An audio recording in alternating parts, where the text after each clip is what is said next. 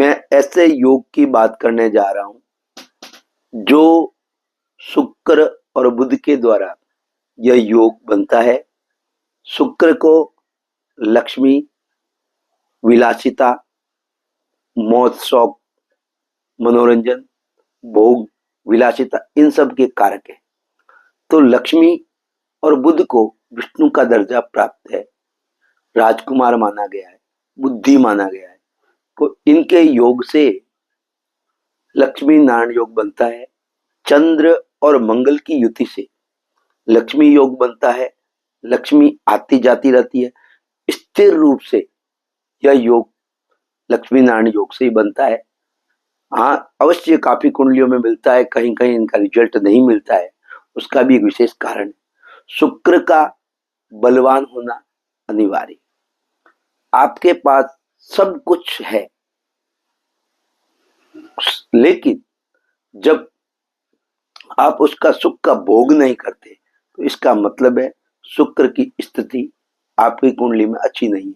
सब कुछ होते हुए भी आनंद भोग विलास नहीं कर पाते तो शुक्र का बलवान होना नहीं। और बुद्धि जब अच्छी नहीं होगी, बुद्धि नहीं होगी, तो आपके पास सब कुछ होते हुए भी आप उसका उपयोग नहीं कर पाएंगे। बड़े बड़े रईस, बड़े बड़े उद्योगपति, बड़े बड़े नेता अपने पुत्र की कुंडली लेकर के इधर उधर भटकते हैं, तो उनके सारे ग्रह अच्छे हैं लेकिन बुद्धि नहीं है। तो उनको भी मालूम है मेरा पुत्र करेगा क्या। तो बुध का भी स्ट्रांग होना अनिवार्य है, बुध और शुक्र। और एक और बात, शुक्र जहां बुध उच्च के होते हैं वहां शुक्र उस राशि में नीच के हो जाते हैं, और शुक्र जहां उच्च के होते हैं वहां बुध नीच हो जाते हैं। नीच की राशि में, मीन राशि में शुक्र उच्च के होते हैं तो बुध देव नीच के हो गए। तो यह नीच भंग राजयोग भी बनता है यहाँ पर। और दूसरी बात, मेष लग्न की कुंडली में छठे और सातवें भाव के स्वामी दोनों एक जगह जाकर के बैठेंगे तो यह भी एक प्रबल योग बनता है जो आदमी जीवन में सब कुछ पा लेता है। ऐसा लाख पत्रिका कुंडलियां आपके सम्मुख दे सकता हूं, जो उदाहरण, जो उन्होंने सब कुछ पाया, बहुत तरक्की की। तो शुक्र को समझना और बुध को समझना, और उसके बाद मैं आपको उदाहरण दूंगा कुंडलियों के द्वारा जिनके ये फलीभूत हुए हैं। काफी सारी कुंडलियों के उदाहरण है, और एक विशेष तौर से जिनकी कुंडली में ये योग बना हुआ है और वह अपना रिजल्ट नहीं दे रहा है, तो आपको लक्ष्मी नारायण यंत्र धारण करना चाहिए। लक्ष्मी नारायण यंत्र मैंने विशेष तौर से तैयार किया है। आप अपना नाम, पता और अपना गोत्र बताएंगे तो आपके नाम राशि अनुसार उनकी पूजा करके आपको दिया जाएगा। अवश्य धारण करना चाहिए, आपको सब कुछ प्राप्त हो जाएगा। अब इन दोनों को समझने के लिए शुक्र पहले समझ लेना चाहिए, फिर बुध को समझ लेना चाहिए, फिर यह घटित किस प्रकार से योग हो रहे हैं। शुक्र ग्रह काम और सुख के कारक ग्रह माने जाते हैं। कुंडली में शुक्र की स्थिति का आकलन ज्योतिषी सुख और संपन्नता, प्रेम की गणना से करते हैं। जातक के जीवन में प्रेम कितना और कब आएगा इसकी जानकारी मिलती है। शुक्र ग्रह सौर मंडल में सूर्य के बाद दूसरे ग्रह है। ये चंद्रमा के बाद रात को चमकने वाले ग्रह है। आकार और द्रव्यमान में पृथ्वी के समान ही है, इसलिए इसे अक्सर पृथ्वी की बहन भी कहा जाता है। वैदिक ज्योतिषी गुरु की महत्ता, प्रभाव व्यक्ति के भौतिक, शारीरिक, वैवाहिक सुखों की प्राप्ति शुक्र के द्वारा ही होती है। इसलिए ज्योतिष में शुक्र ग्रह को भौतिक सुख, वैवाहिक सुख, भोग, विलासिता, शोहरत, कला, प्रतिभा, सौंदर्य, रोमांस, काम वासना, फैशन, डिजाइनिंग आदि के कारक है। शुक्र वृषभ राशि, और तुला राशि के स्वामी है। मीन राशि में इनकी उच्च राशि हो जाती है, जबकि कन्या में यह नीच राशि के हो जाते हैं। शुक्र को 27 नक्षत्रों में से भरणी, पूर्वा फाल्गुनी और पूर्वाषाढ़ा नक्षत्रों का स्वामित्व प्राप्त है। ग्रहों में बुध, शनि ग्रह शुक्र के मित्र हैं। सूर्य और चंद्रमा इसके शत्रु ग्रह माने जाते हैं। शुक्र का गोचर 23 दिन का होता है। वीनस लगभग 23 दिन रहते हैं एक राशि में। शुक्र मानव शरीर की संरचना पर क्या प्रभाव पड़ता है? जिस जातक की कुंडली में लग्न भाव में विराजमान होता है, वो जातक रूप रंग से बेहद सुंदर और आकर्षक होते हैं। जातक का व्यक्तित्व विपरीत लिंग की ओर आकर्षित होता है। जातक स्वभाव से बड़ा मृदुभाषी होता है। लग्न में अगर शुक्र हो, जातक एक विशेष कला के चित्र में उसकी रुचि होती है। कुंडली में यदि शुक्र मजबूत स्थिति में हो तो जातक प्रेम, वैवाहिक जीवन सुखमय रहता है। यदि आपकी कुंडली में यह मजबूत है तो आप अनुभव कर सकते हैं, आपका प्रेम पक्ष काफी अच्छा होगा। यदि आप विवाहित हैं तो आपने अब अपने वैवाहिक जीवन को देख ही रहे होंगे। शुक्र पति पत्नी के बीच की प्रेम की भावना को बढ़ाता है। वही प्रेम करने वाले जातकों के जीवन में रोमांस में वृद्धि होती है। जातक भौतिक जीवन में रुचि रखता है।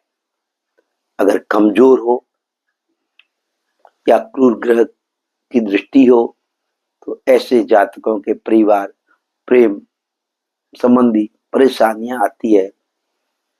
जातक रोमांटिक कम होता है। प्रेम जीवन में उतार चढ़ाव देखने को मिलते हैं। अब बुध की बात करूं तो बुध को विष्णु का दर्जा प्राप्त है। बुध राजकुमार है, बालक है और बुध बुद्धि है। जिनका बुध स्ट्रांग है वो गणित के क्षेत्र में एक्सपर्ट रहेगा। तटस्थ ग्रह है। पर कुंडली के कुल 12 भाव होते हैं। ज्योतिष में इन भावों के अनुसार परिणाम बुध का मिलता है। बुध ग्रह ज्योतिष, पौराणिक, खगोलीय महत्व के साथ बुध का हमारे जीवन में खूब असर रहता है। यह वाणी का भी कारक है। बुध अगर कमजोर है तो व्यक्ति संकोची होगा। अपनी बात रखने में उसे परेशानी महसूस होगी। इसके साथ ही वह जातक अपनी वाणी पर नियंत्रण नहीं रख पाता। वाणी के कारण कार्य बिगड़ जाते हैं। मुख्यतः सौरमंडल के आय परमाणु से बना है। बुध बहुत गर्म है।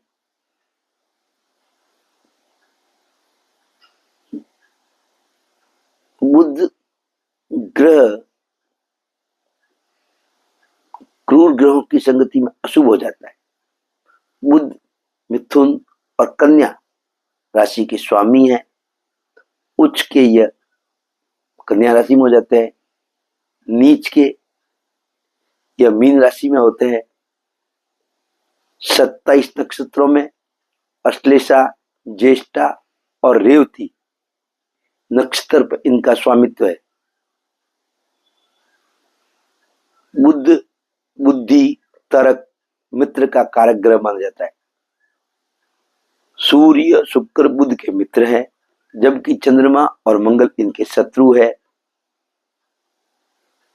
अगर बुध लग्न स्थिति में हो तो व्यक्ति शारीरिक रूप से सुंदर होता है। जातक अपनी वास्तविक उम्र से काफी कम उम्र का दिखाई देता है। इसकी आंखों में एक विशेष चमक होती है। बुध अगर लगन में हो तो जातक स्वभाव से तर्क संगत, बौद्धिक रूप से धनी, कुशल वक्ता भी होता है। संवाद शैली कुशल होती है हाजिर जवाब होता है, अपनी बातों और तर्कों से सबको मोह लेता है, बलि बुद्धि के कारण जातक कुशाग्र बुद्धि वाला होता है। ऐसे जातक वाणिज्य कारोबार में सफल होते हैं, संवाद संचार के क्षेत्र में अग्रणी भूमिका निभाते हैं। बुध ग्रह यदि क्रूर अथवा पापी ग्रह से पीड़ित है तो जातक के लिए सही नहीं होता। शारीरिक मानसिक रूप से समस्याओं का सामना करना पड़ता है, अपने विचारों को स्पष्टता से नहीं कह पाते, कार्य क्षेत्र में हानि होती है। अब बुध और शुक्र एक ये विशेष योग विपरीत राजयोग भी बनता है। वो कैसे? छठे भाव और सातवें भाव का स्वामी, वैसे बुध शुक्र नहीं कोई भी हो, छठे और सातवें का स्वामी कुंडली में जहां कहीं पर भी बैठेगा, वह व्यक्ति एक साथ अगर कहीं बैठे हैं तो वह व्यक्ति अवश्य ही तरक्की करता है, गजब की तरक्की करता है, पद प्रतिष्ठा सब कुछ रुतबा सब पा लेता है। बुध और शुक्र एक दूसरे के उच्च राशि में नीच के होते हैं, फिर भी इनको अच्छा माना है। केवल बुध और शुक्र एक दूसरे की उच्च राशि में नीच के होते हैं, फिर भी इनको अच्छा ही माना है। बुध और शुक्र जब एक दूसरे की उच्च राशि में नीच के होते हैं तब इन्हें विशेष ज्योतिष में नीच भंग राजयोग माना गया है। अब मैं कुछ कुंडलियों के उदाहरण देता हूं, नीच भंग राजयोग के बारे में ही है और बुध शुक्र की युति का भी है। अब सबसे पहले मैं कुंडली लेता हूं सरदार वल्लभ भाई पटेल की। आपके स्क्रीन के सामने है। 31/10/75 का जन्म है, 17:25 का। यह प्रथम गृह मंत्री रहे हैं। इनके बुध और शुक्र की युति सप्तम भाव में बनी है, साथ में सूर्य और गुरु भी है। फिर दूसरा उदाहरण देता हूं मैं, महारानी विक्टोरिया, जहां ब्रिटिश में सूर्य कभी अस्त नहीं हुआ, यह प्रसिद्ध वाक्य प्रचलित है। इनका जन्म 24/5/1819 में हुआ था, 4:15 AM पर। इनके लग्न में मेष राशि के बुध और शुक्र विराजमान।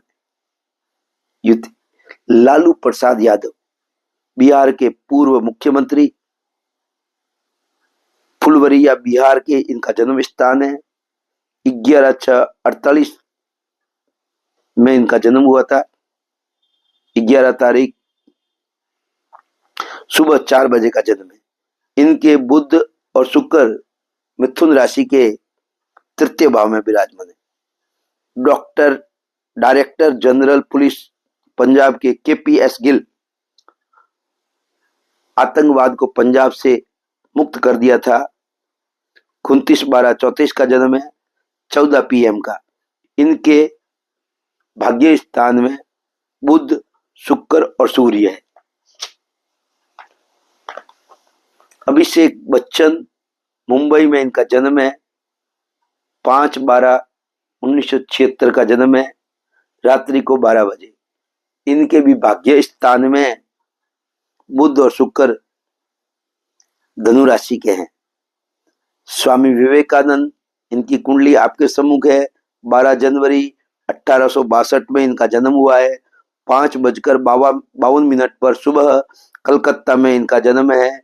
इनकी वाणी भाव में शुक्र और बुध विराजमान है, जो आप प्रत्यक्ष इनकी वाणी का प्रभाव जानकारी सबको है। अब रतन टाटा उद्योगपति, 28/12/1937 का जन्म है, 6:30 मुंबई में हुआ है। इनके लगन में धनु राशि, धनु लगन है इनका, और शुक्र और बुध और सूर्य इनके लगन में विराजमान है। अब उसके बाद में मैं एक कुंडली और लेता हूं। धीरूभाई अंबानी, 28/12/1932 का 32 में जन्म हुआ है, 7:30 पर। इनके शुक्र और बुध द्वादश भाव में है। वर्ल्ड में सब जगह इनका व्यापार हुआ है। इनकी प्रसिद्धि आपसे संत दलाई लामा के द्वादश भाव में वृषभ राशि के बुध और शुक्र विराजमान है। मोरारजी देसाई पूर्व प्रधानमंत्री बुध और शुक्र मिथुन लग्न में विराजमान है। मकर राशि के अष्टम भाव में यह योग बना हुआ है, मिथुन लग्न है इनका। प्रमोद महाजन, बाबू जगजीवन राम उप प्रधानमंत्री, आइंस्टीन वैज्ञानिक, Ramakrishna Dalmia, George W Bush, Prince Charles, Motilal ji Nehru, Jawaharlal Nehru Adi Shankaracharya, इन सब के बुध और शुक्र की युति यह लक्ष्मी नारायण योग बना हुआ है। इनकी प्रसिद्धि, इनकी समृद्धि के बारे में कौन नहीं जानता, इन्होंने सब कुछ प्राप्त किया। तो यही बुध और शुक्र की युति किस प्रकार से रिजल्ट देती है, यह मेरा कार्यक्रम आपको अच्छा लगा है तो लाइक करने का समय है अभी, सब्सक्राइब भी कर दीजिए। आप स्वस्थ रहे, मस्त रहे, प्रसन्न रहे। लक्ष्मी नारायण पैंडल मैंने तैयार किया है, आप अवश्य मंगा करके इस योग का लाभ प्राप्त करें। स्वस्थ रहे, मस्त रहे।